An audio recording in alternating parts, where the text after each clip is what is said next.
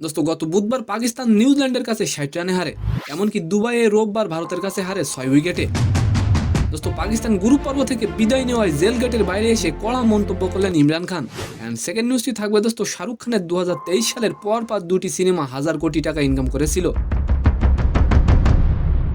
তবে অনেক দিন হয়ে গেল তার নতুন কোনো সিনেমা মুক্তি পাচ্ছে না দোস্ত। আর এবার কিং খানের জীবনের সবচেয়ে বড় প্রজেক্ট আসতে চলেছে। তো নিউজ দুটি জানতে অবশ্যই ভিডিওটি সম্পূর্ণ দেখবেন।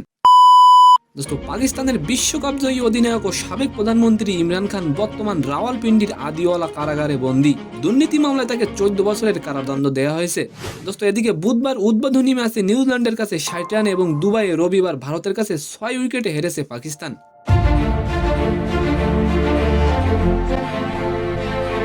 টানা ২ ম্যাচ অসহায় আত্মসমর্পণের পর পাকিস্তান ছিটকে পড়ল চ্যাম্পিয়ন্স ট্রফি থেকে দোস্ত। এবার ইমরান খান জেলের মধ্যে থেকে কড়া মন্তব্য করলেন পাকিস্তানকে নিয়ে। চ্যাম্পিয়ন্স ট্রফি ২০২৫-এ কোন দল চ্যাম্পিয়ন হতে পারে অবশ্যই আপনি কমেন্ট করে যাবেন দোস্ত। গতকাল জেল গেটের বাইরে সাংবাদিকদের একথা জানিয়েছেন ইমরান খানের বোন আলিমা খান দোস্ত। ইমরান খান বলেছেন, ফেভারিটদের সিদ্ধান্ত নেওয়ার ক্ষমতা দেওয়া হলে শেষ পর্যন্ত ক্রিকেট ধ্বংস হয়ে যাবে। এমনকি ইমরান খান আরও বলেন, পিসিবি চেয়ারম্যানকে জিজ্ঞাসা করা উচিত তিনি কতটা অভিজ্ঞ দোস্ত। সেকেন্ড নিউজ হলো ২০২৩ সালে শাহরুখের দুটি ছবি ব্যবসা সফল হয়েছিল, তারপর থেকে শাহরুখের নতুন কোনো মুভি মুক্তিই পাচ্ছে না দোস্ত। তবে এবার আসতে চলেছে শাহরুখের জীবনের সবচেয়ে বড় প্রজেক্ট।